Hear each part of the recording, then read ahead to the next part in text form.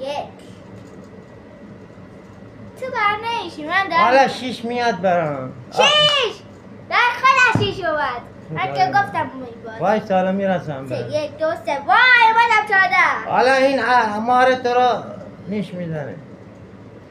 بازی کن. خب یادتو ندم آخه دستتو دور من دماغش نزنی ها 5 ببین 5 1 2 3 4 5 وای دوباره از اینجا ببین 3 برام من 6 برام در نمیاد شستی ها اینجا. یکم بگورن 6 1 2 3 4 5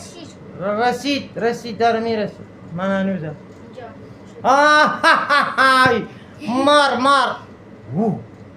میشش زد وای دوباره 6 1 2 3 4 5 6 اینجا چقدر رسید اومدم نبوده کجا رسیدی بالا شما دوباره آمده حتما این پرنده میشه چون از اینجا حالا یک دم میادی نمارم دیشم میزن آقا دستت بلند کن بذار مردم نشون بدم که کجا رسیدی تو همیشه دستتو تو دماغت میزنی ببین تو پرنده نمیشه بذار مردم نشون بدم کجا رسیدی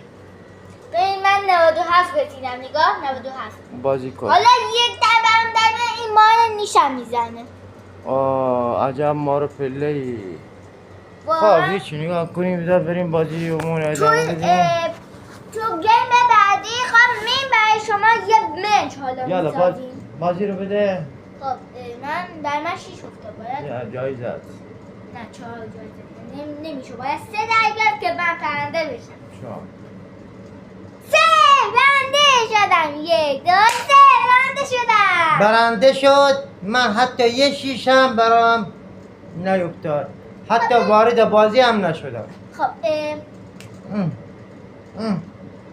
این هم از زهش هستی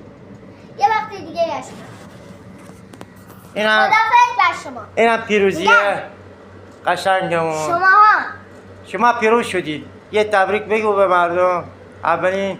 فیلمی که برای پیجمون درست کردیم همین فیلمه یه فرصت دیگه بر شما داریم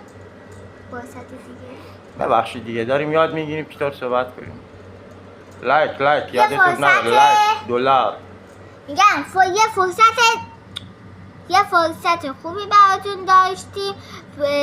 تو حتما گیم بعدی و شما ها هم دوباره شرط ببندید و لایک کنید 2 تا صفحه هم دوست تصویر شما بذارید و برای گیم بعدی خداحافظ کاملت یادتون نره کاملت